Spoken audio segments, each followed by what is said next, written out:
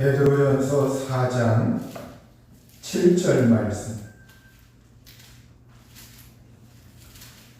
베드로전서 4장 7절에서 11절까지 제가 봉독을 하겠습니다.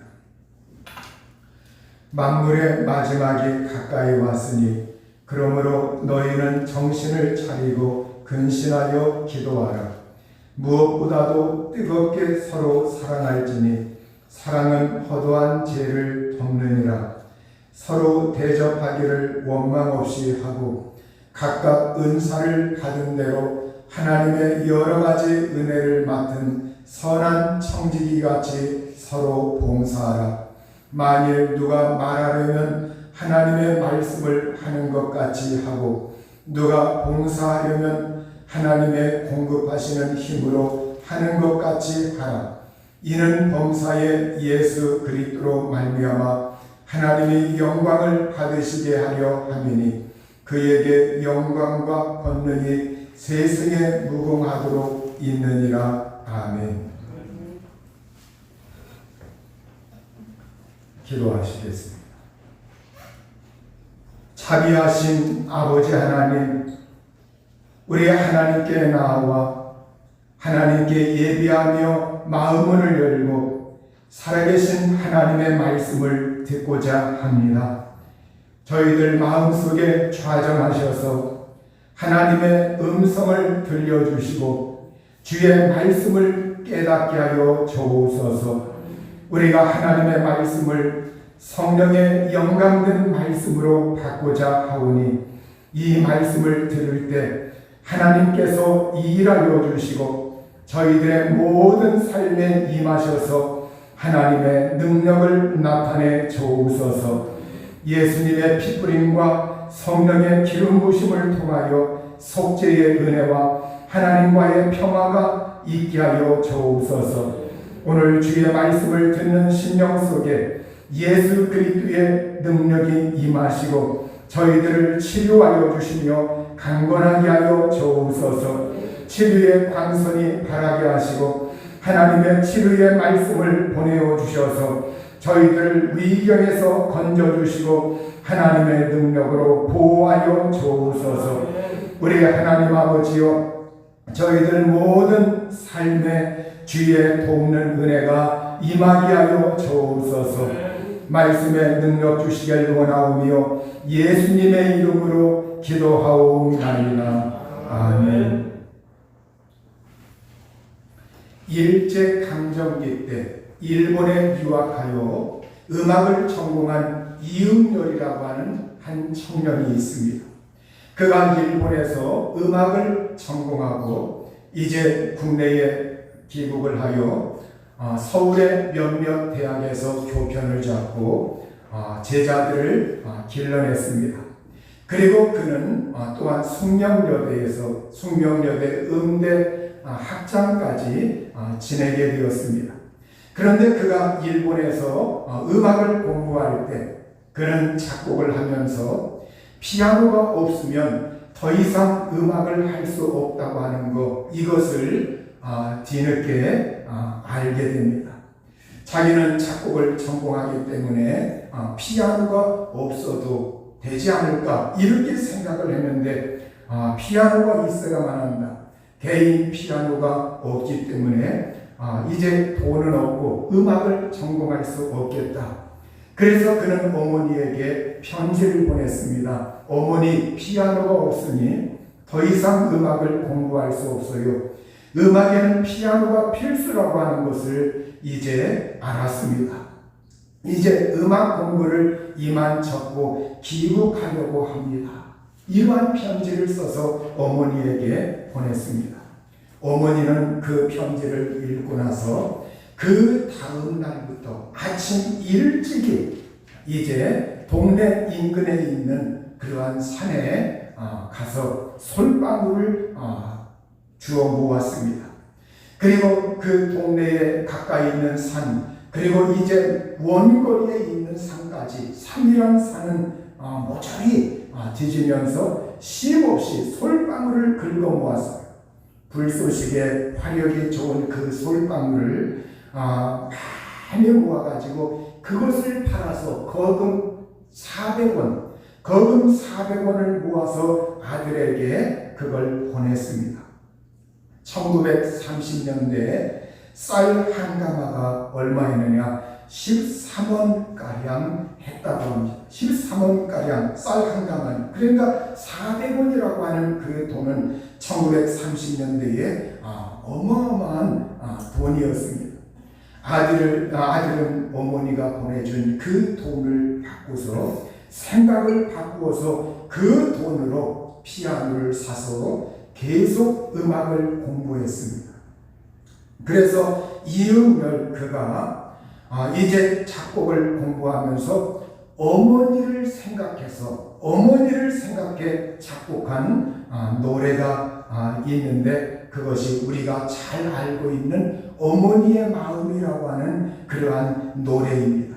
이 어머니의 마음은 시인이면서 문학 박사인 양주동의 그 시, 옛날 우리 한글 국어사전도 양주동 씨가 감수했던 그러한 사전이 하나 있습니다. 제가 학생 때 그 사전으로 국어사전을 쓴 적이 있어요. 근데 어머니의 마음, 나실제 괴로움 다 잊으시고 기르실제 밤낮으로 애쓰는 마음, 진자리 마른 자리 가라니시며 손발이 다 닳도록 고생하시네. 하늘 아래 그 무엇이 넓다 하리요. 어머니의 희생은 가히 없어라.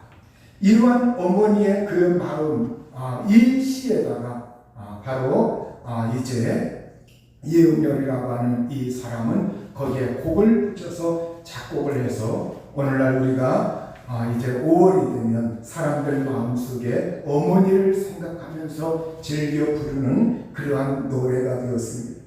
여러분, 어머니의 사랑은 이루 말로 할 수가 없습니다.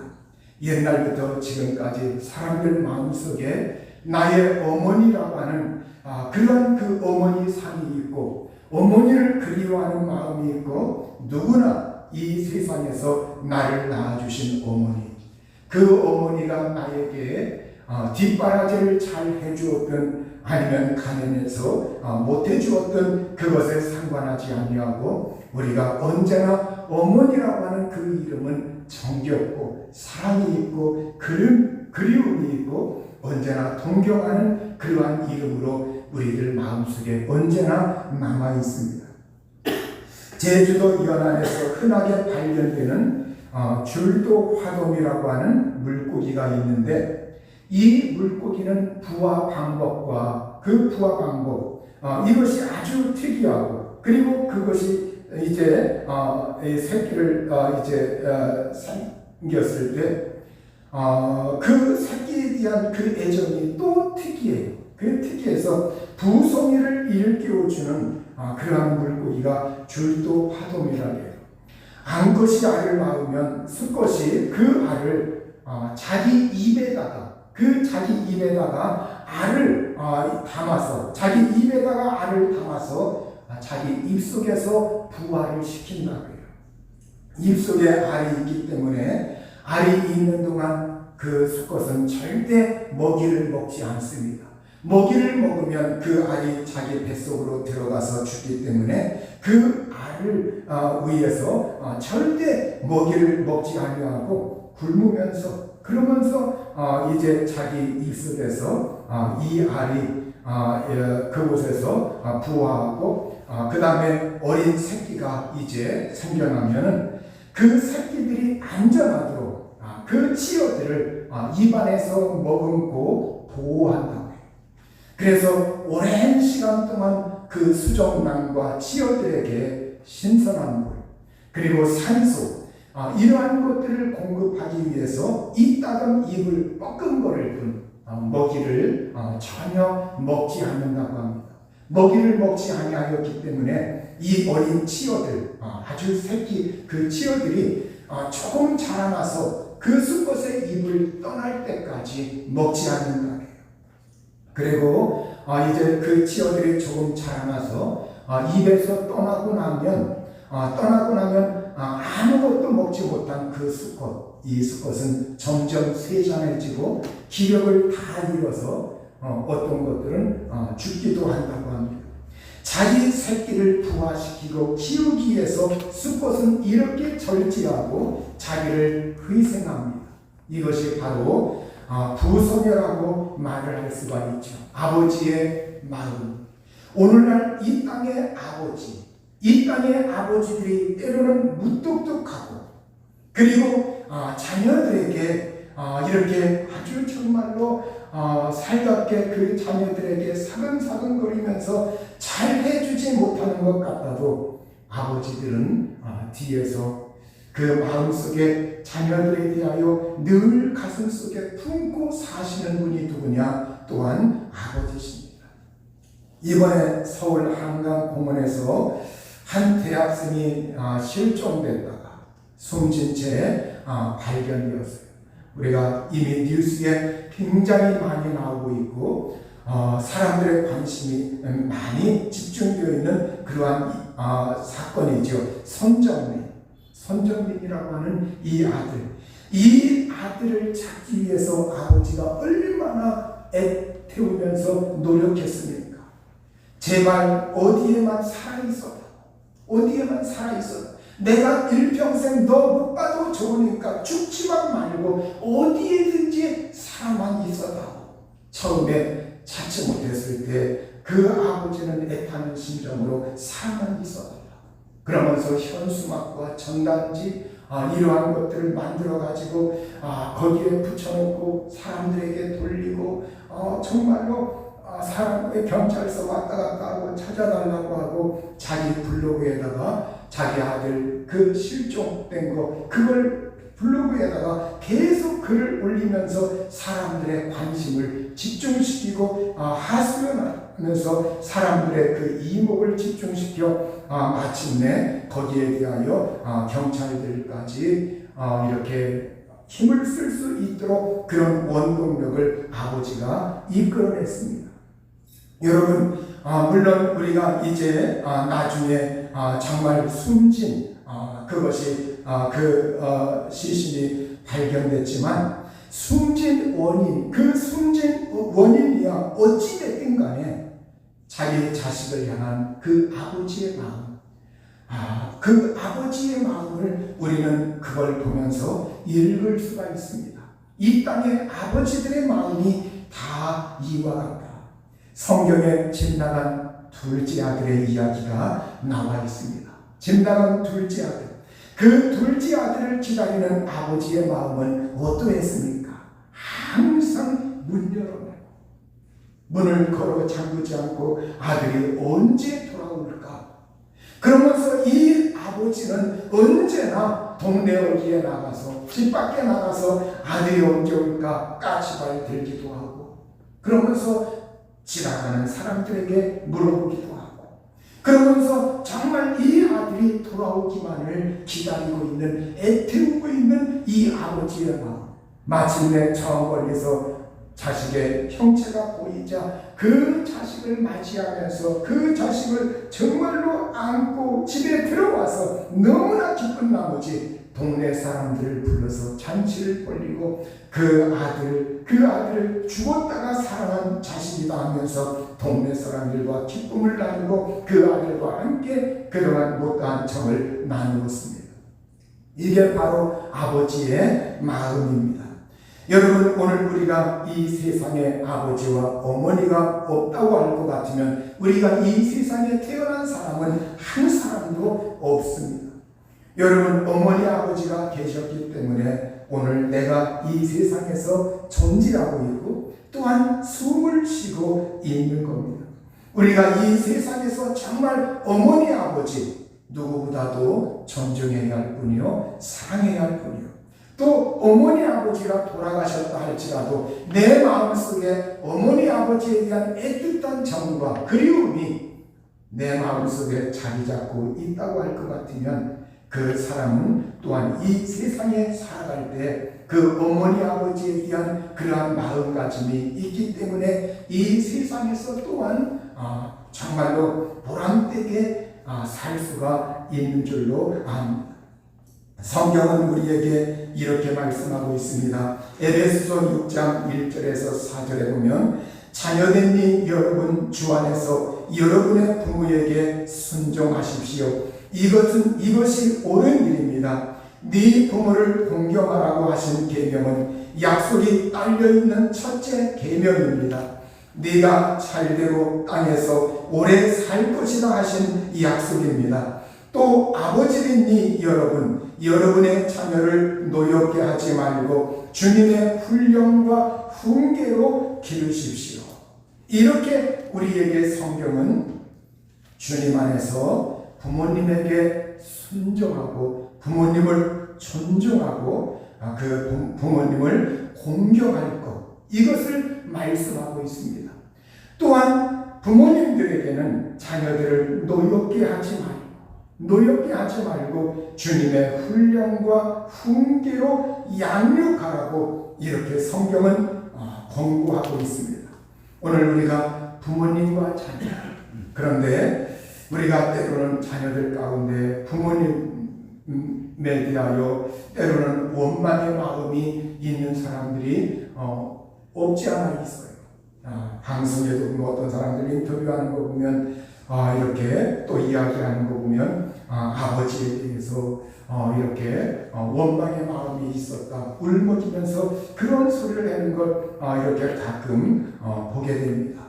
또 어떤 사람들을 만나보면 그렇게 부모님에 대하여 어렸을 때 좀 이렇게 언짢은 그러한 것이 마음속에 있었다. 그걸 어르게 됐는데도 그걸 사귀지 못하고 살아가는 사람들이 없지 않아 있습니다. 그러나 여러분, 우리가 한 가지 알 것은 부모님이 그 자식 안 사랑하는 부모님이 없어요. 다 사랑합니다. 근데 어떤 부모님은 형편이 못해서, 또 어떤 부모님은 좀 삶에 있어서 어떻게 삶을 살다 보니까 좀 각박해가지고 자기도 모르게 본의 아니게 자식들에게 이렇게 좀 모질게 대한 그 부모님들도 없지 않아 있습니다. 그러나 우리가 언제나 나를 낳아주신 부모님, 그리고 그 부모님의 진심은 언제나 나를 향하고 있다고 하는 것, 나를 기억하고 있고 나를 생각하고 있고 나를 위해서 축복을 빌어주고 있다고 하는 그 부모님. 예수님 안에서 천국에 가서 저 영원한 하늘나라에 가서 하늘나라의 낙원에 계신 그 부모님들은 그곳에서 나를 위해서 기도하고 있을 것이다. 이러한 믿음을 가지고 오늘 우리가 살아야 할 줄로 믿습니다. 자, 그러면 우리가 남편과 아내, 또 가정에 있어서 중요한 그 관계가 이제 부자관계가 있다고 할 것 같으면 부부관계가 있습니다. 부부관계가 있는데 오늘 코로나로 인해서 우리가 어려움을 당하고 있죠. 코로나 좋은 점은 없고, 코로나라고 하는 것 좋은 점은 없고 나쁜 점만 우리에게 있어요. 그런데 남편과 아내 그 사이에서 한 코믹한 이야기, 재미있는 이야기, 웃음 짓는 이야기가 이렇게 떠돌고 있는데, 남편이 생각하는, 자기 아내를 염두에 두면서 남편이 생각하는 코로나, 아주 코믹한 그 코로나 이야기가 있어요. 한번 제가 소개해 보겠습니다. 코로나는 나쁜 점만 있는 게 아니라, 일단 아내가 어디 여행 가고 싶어 하지 않는다. 아무것도 쇼핑하지 않는다. 중국제 싸구려도 한국제 실용품도 이태리제 고급품도 아내는 감염될까봐 쇼핑몰도 애식도 극장도 가지 않는다. 이러니 남편에서 얼마나 좋겠어요. 속으로 좋아하겠죠. 가장 좋은 건 아내가 하루 종일 입에 마스크를 하고 있어 잔소리를 하지 않는다는 점이다. 코로나는 이렇게 좋은 점도 있다. 그러면서 이 땅의 남편들이 이렇게 대놓고 이야기는 하지 못하지만 속으로 아마 그런 생각들도 하고 있는 것 같아요.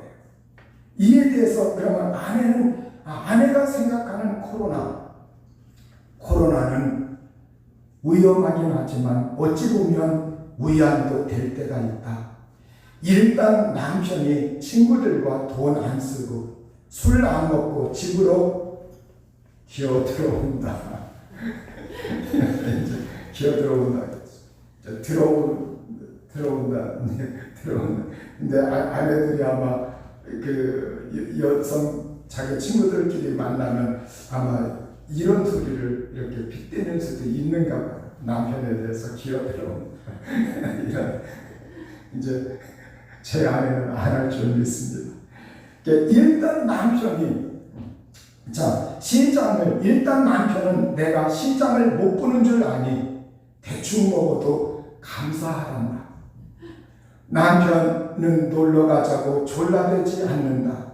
남편은 내가 못 나가서 쇼핑 안 한다고 생각한다. 그런데 인터넷으로 연락에 질러대도 남편은 알지 못한다. 가방도 옷도 신발도 음식도 남편이 없는 시간에 배달된다. 가장 좋은 건 내가 코로나 때문에 하루 종일 입에 마스크를 쓴다고 생각한다. 성형수술한지도 모르고 코로나는 이렇게 좋은 점도 있다. 이렇게 여러분 사실 코로나가 좋은 점이 있는 게 아니죠. 이제 남편과 아내 이렇게 재밌으라고 빗댄 글입니다. 근데 남편과 아내 아주 가까운 사이죠. 가까운 사이인데 그런데 어떻게 보면 살다 보면은 때로는 가까우면서도 멀면서도 또 가까운 사이. 이것이 바로 남편과 아내 부부 사이가 이러해요.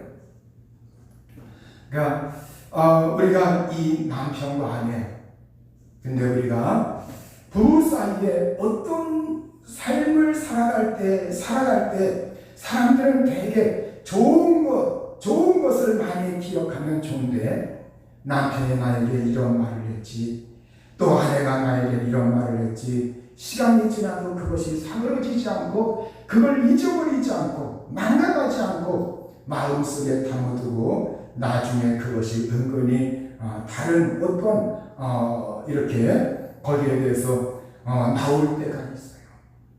그런데 여러분 오늘 우리가 남편이나 아내가 나에게 조금 좀 잘못해 준 것 이러한 것이 있다고 하면 우리가 가급적이면 빨리 망각하는 그러한 습관도 가져야 할 줄로 믿습니다. 우리가 그리스어에서 히라고에서 망각이라는 말이 있어요. 레세라고 합니다. 원어는 레세라고 해요. 근데 이것이 이제 거기에서 레테 우리에게는 레세보다 레테라는 말이 더 많이 알려졌어요. 레테 이렇게 레테는 그리스 신화에 나오는데 그리스 신화에서는 이 레테가 망각의 여신, 망각의 간이라고 하는 그러한 의미로 사용이 되고 있습니다. 그런데 이 레세의 1차적인 의미는 망각이라는 거예요. 망각, 잊어버림, 망각. 그래서 이것이 그리스 신화에서 어떤 상황에서 등장을 하느냐 이승에서 저승으로 갈 때 사람들이 한 번은 건너야 하는 강이 어떠한 강이냐 레테의 강이라는 거예요. 레테의 강. 그런데 이 레테의 강은 망각의 강이기 때문에 이 레테의 강, 목마르다고 해서 레테의 강물을 마시면 이 세상에서 자기가 살았던 모든 기억들, 좋은 기억, 나쁜 기억, 모든 그것들을 한 번에 그 물을 먹는 즉시로 완전히 다 망각을 한다고 해요. 망각하고 잊어버린다는, 더 이상 기억나지 않는다는 거예요. 그런데 플라톤은 이걸 응용해가지고 플라톤의 대화로 국가편에서 뭐라고 말하고 있느냐, 이 플라톤이 영혼윤회, 영혼의 불멸을 말하면서 영혼윤회 사상을 펼치고 있죠. 영혼윤회를 말하면서 사람의 영혼이라고 하는 것이 이데알의 세계, 이상세계, 이데알의 세계, 그 완전한 세계에 있다가, 그런데 어떤 영혼은 이 세상에 태어날 때, 이 세상에 사람으로 태어날 때 그 윤회를 거듭하고 그래서 어떤 건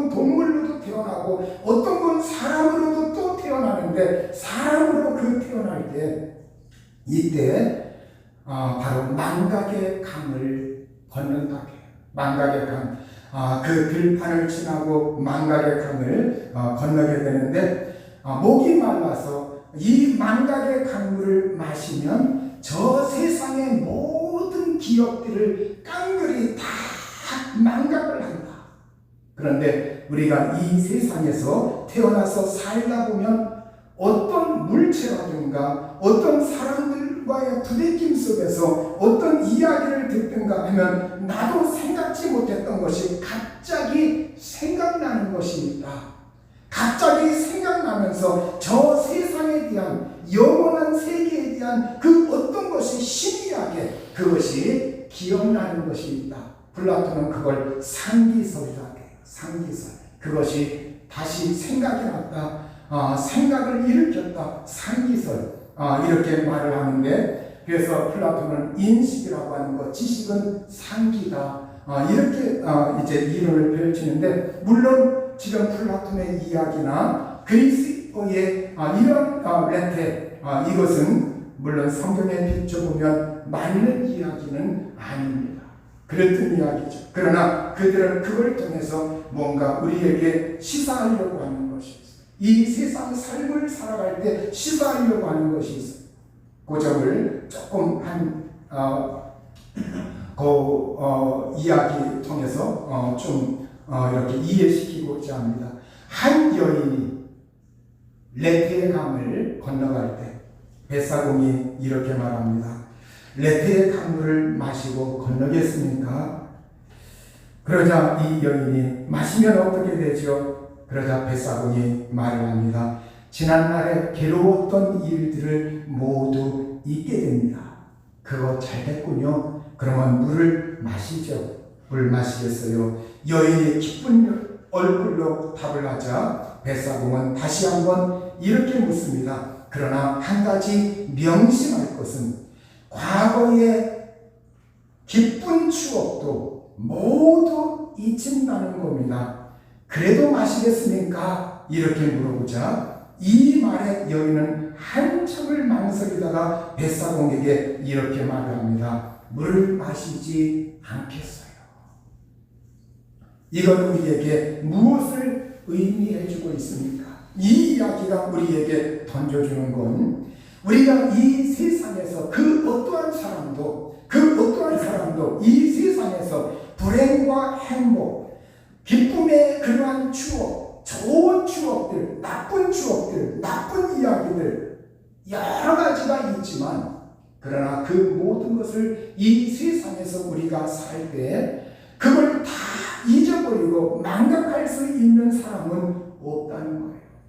만약에 그걸 어떤 거 내가 싫다고 해서 그것만 망각한다고 할 것 같으면 다른 좋은 것도 망각하게 되어 있다는 거예요. 그래서 우리가 이 세상을 살아갈 때 우리가 피하지 못할 것은 우리의 기억 속에는 좋은 것도 있고 나쁜 것도 있다. 특히 사람에 대하여, 부부관계에 대하여, 또한 부자 간의 그 사이에 대하여 우리가 인생 살아갈 때 좋은 기억도 있고 나쁜 기억도 있다. 그런데 우리가 이 좋은 기억은 우리가 좋은 추억으로 되살리고 나쁜 기억들은 우리가 어떻게 해야 되느냐? 그걸 취사선택해서 나쁜 기억은 우리가 가능하면 걸러내야 한다고 하는 거예요.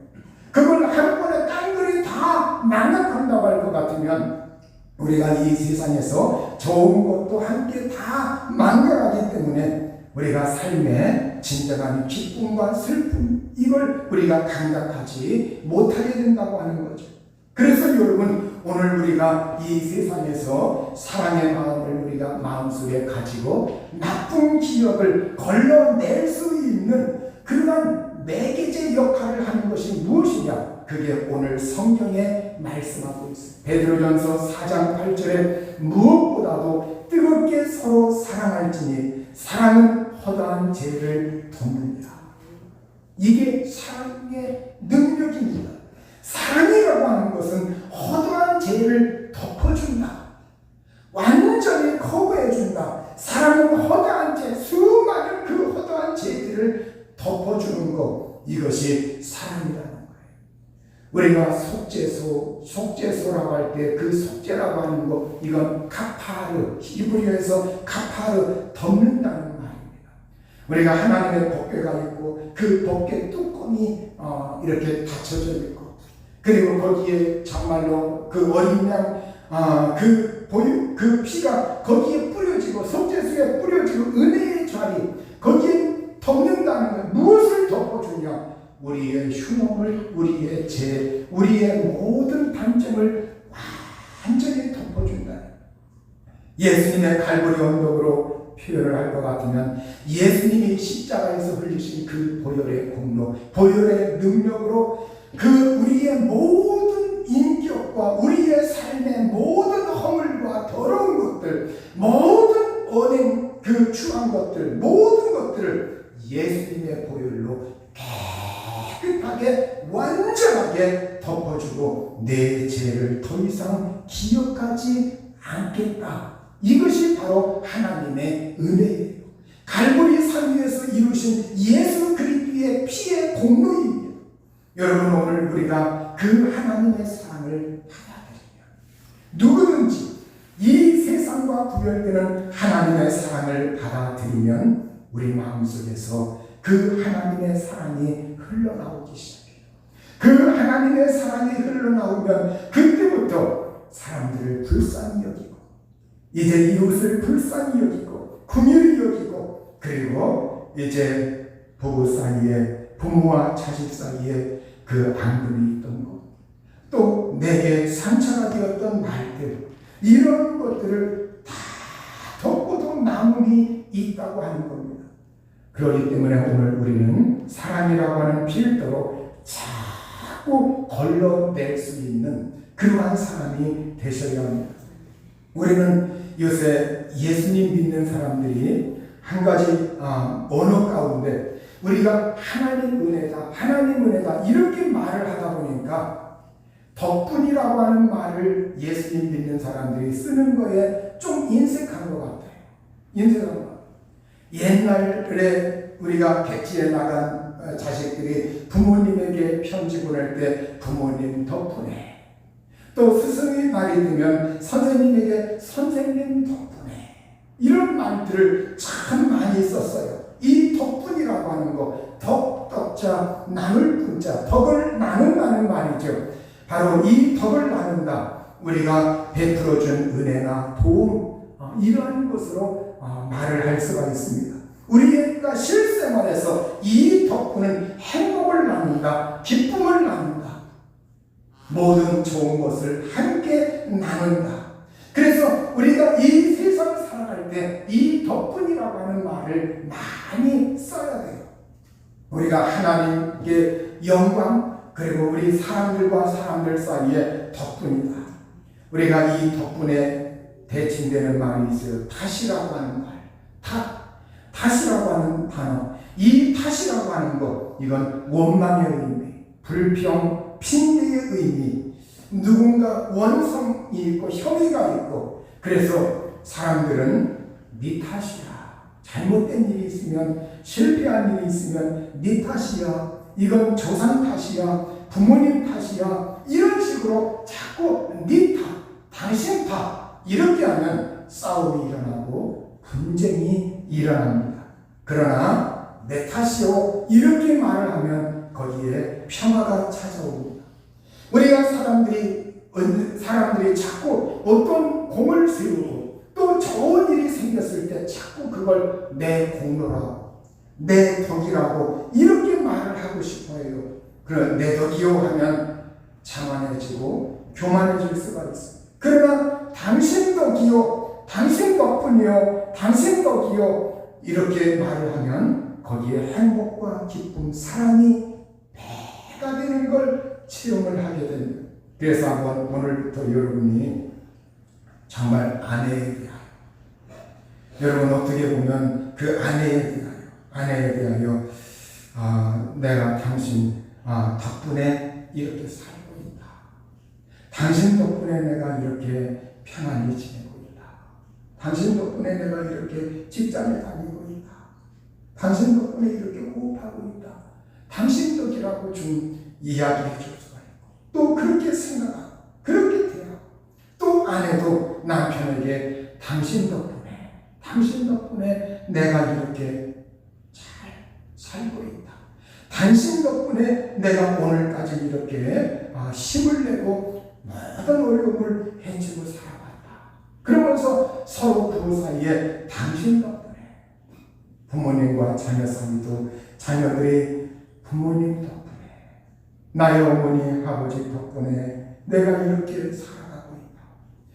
또 부모님은 내 자녀 덕분에 내가 이렇게 길을 놨더니 내 자녀 덕분에 오늘 내가 이렇게 기뻐할 줄이야. 내 자녀 덕분에 이렇게 하면서 서로 그 덕이라고 하는 것, 이걸 상대방을 주켜 세워주면서 당신 덕분에, 자녀 덕분에, 부모님 덕분에 이렇게 서로 말을 할 수 있는 그러한 사람들이 되셔야 합니다. 그리고 이제 여기에서부터 인간관계가 조금씩 밖으로 나아가서 이제 이웃에게, 다른 사람들에게 이제 그 사람들을 존중히 여기고, 오늘 우리 사이에 정말 핸드폰을 들여다보면 하루가 멀다 하고 누구 살인하고 누구 죽이고 뭐 이런 것이 옛날에는 그렇게 많이 안 나온 것 같은데 요새 보면 굉장히 많이 나와요. 왜 이렇게 사람들 목숨을 파리 목숨처럼 여기는가? 파리 목숨처럼 어린아이들 입양해가지고 어린 생명을 그렇게 무참히 짓밟을 수가 있는가?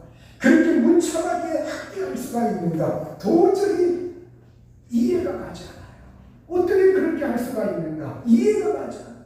그런데 여러분, 오늘 우리가 나의 확대된 그 자아가 다른 사람이라고 하는 것, 이걸 공감할 수 있는 그 공감 능력이 있어야 돼요.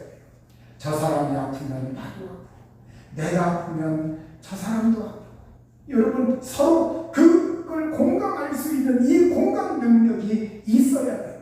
불쌍히 여기고 동정하는 마음, 그러한 것이 우리에게 있어야 됩니다. 그래서 오늘 우리가 정말로 우리가 탓이라고 하는 것보다도 덕분에 살아간다. 그러면서 서로 사랑으로 감싸주고 격려해주고 기도해 줄 수 있는 그러한 사람들이 되셔야 합니다. 에베소 5장의 33절에 보면, 그러므로 여러분도 각각 자기 아내를 자기 몸같이 사랑하고 아내도 자기 남편을 존중하십시오. 이렇게 말씀하고 있습니다. 서로가 자기 아내를 자기 몸같이, 그리고 아내도 자기 남편을 존중하고, 서로가 자기 몸같이 사랑하고 존중하고 아끼고, 부모와 자녀 사이도 역시 마찬가지입니다. 율법사가 예수님에게 어느 계명이 가장 큽니까? 이렇게 물어보았을 때 예수님이 이렇게 말씀하십니다. 너는 네 마음을 다하고 목숨을 다하고 뜻을 다하여 주 너희 하나님을 사랑하라 하셨으니 이것이 크고 첫째 되는 계명이요 둘째도 그와 같으니 네 이웃을 네 자신과 같이 네 몸과 같이 사랑하라 하셨으니 이 두 계명이 온 율법과 선지자의 강령이다, 으뜸이다, 이렇게 우리에게 말씀하고 있어요. 예수님이 우리에게 말씀하시는 것, 이것은 바로 하나님을 사랑하라, 그리고 너 자신을 사랑하라, 또 너 자신을 사랑하는 만큼 네 이웃을 사랑하라, 이렇게 말씀하고 있습니다. 여러분, 이웃의 가장 가까운 이웃이 누구냐? 부부 사이예요. 부모와 자식 사이예요. 이게 가장 가까운 이웃이고, 그리고 이제는 거기에서부터 시작해서 형제 자매, 또 우리가 이 세상의 친구, 아는 사람, 그리고 이 세상에서 만나는 사람들, 이러한 사람들로 이제 점점 확대돼 나가는 거예요. 여러분, 오늘 우리가 우리 마음속에 진정으로 존중하고 사랑하고 그 사랑이 넘쳐나고 있어요. 여러분, 어린 아기들 보세요. 사랑 듬뿍 쏟아주면 그 아기들이 그 엄마 아버지 앞에서 재롱 부리고 막 힘이 활력이 넘쳐요. 왜? 엄마 아버지가 사랑하고 있다. 엄마 아버지가 나 알아주고 있다. 그런데 엄마 아버지로부터 띄어놓아보세요. 격리시키고 그때부터 목말라게 해보세요. 얼마나 불안합니까? 엄마 아버지가 나를 버린 거 아닌가? 엄마 아버지가 나를 사랑하지 않는가? 그때부터 불안해요. 여러분, 오늘 우리가 모든 불안을 이길 수 있는 힘, 우리가 이 세상에서 두려움을 이길 수 있는 힘, 이 모든 것은 하나님이 나를 사랑하십니다. 그리고 내 가까운 사람이 나를 정말로 사랑하고 있다. 그리고 나도 하나님을 사랑하고 있고 나도 그 사람을 사랑하고 있다. 나도 내 아내를, 내 남편을 사랑하고 있고 내 자녀를 사랑하고 있고 내 부모님을 사랑하고 있다. 이걸 우리가 확신하게 되면 거기에서 삶의 보람이 생겨나고 난관이 닥쳐도 그걸 이길 수 있는 놀라운 삶의 시너지가 거기에서 나올 줄로 믿습니다. 우리 모두 사랑하시고 사랑받으면서 살아가는 믿음의 가정 될 수 있기를 우리 주님의 이름으로 축원합니다. 이 시간 우리 합심해서 기도